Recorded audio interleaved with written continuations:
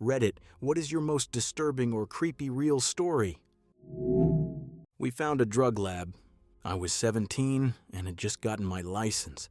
My friends and I used to look for abandoned houses to explore and party in. The best one was a massive unfinished house I passed every day on my way home from work. One evening at dusk before a movie, I drove a friend to check it out. I pulled into the driveway, headlights on. We stayed maybe 10 seconds, and then we left. About a minute later, a large truck appeared behind us, high beams on, way too close. We noticed it, but didn't think much of it. At the main road, I turned right. The truck cut through a gas station and blocked us in. A huge man stepped out. He knocked on my window. What scared me most was the road. It was usually busy, and suddenly there was no one. He asked what we were doing at the house. I lied and said we were just making a U-turn. He stared at us for a few seconds, then he smiled and told us to leave. That house is still unfinished to this day. And I've never been able to shake the feeling that we weren't supposed to find it. This is one of the more disturbing and surreal experiences of my life.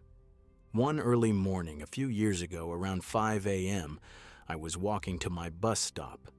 It was dark and misty. I was half asleep eating a banana, thinking about whether I wanted Starbucks before or after my commute.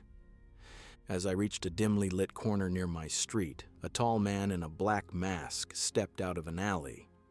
I barely noticed him, and then he shouted, "Put down your fucking purse," and pointed a gun at my head.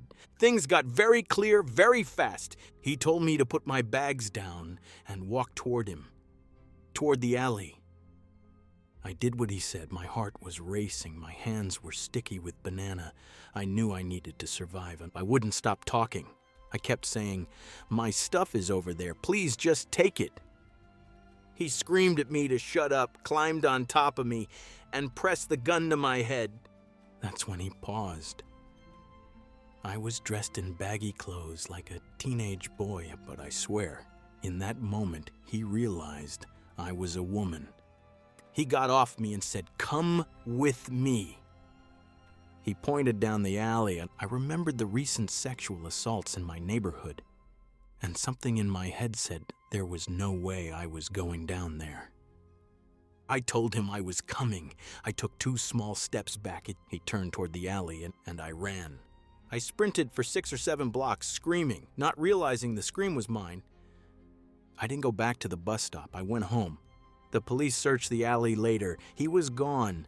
The only thing left was my banana peel on the ground, and the feeling that I got away with something I wasn't supposed to survive. Last year, a friend of mine passed away. We'll call him Charlie. I'm in the Army. Charlie had been injured overseas, but he survived. So when he died later, it felt like it came out of nowhere. My best friend, Bill, took it hard. A week later, we held a small memorial. I wasn't 21 yet, so I was the designated driver. Bill was drinking heavily. Shots, pictures, whatever was in front of him. Around 1 a.m., he asked me to come outside while he smoked. We sat in the parking lot.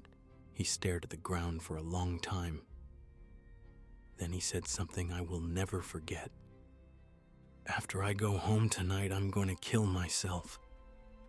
Everything inside me panicked. I tried to talk. I cried. I yelled. I even hit him in the face. Other people tried to step in. I pushed them away. Eventually, a few friends helped calm him down. I drove him back to the barracks. I walked him to his room. I put him in his closet. I closed the door, and I slept against it all night so he couldn't leave. The next morning, he asked why he woke up in a closet. I told him. He stopped drinking after that. I've been scared many times in my life, but nothing has ever scared me like realizing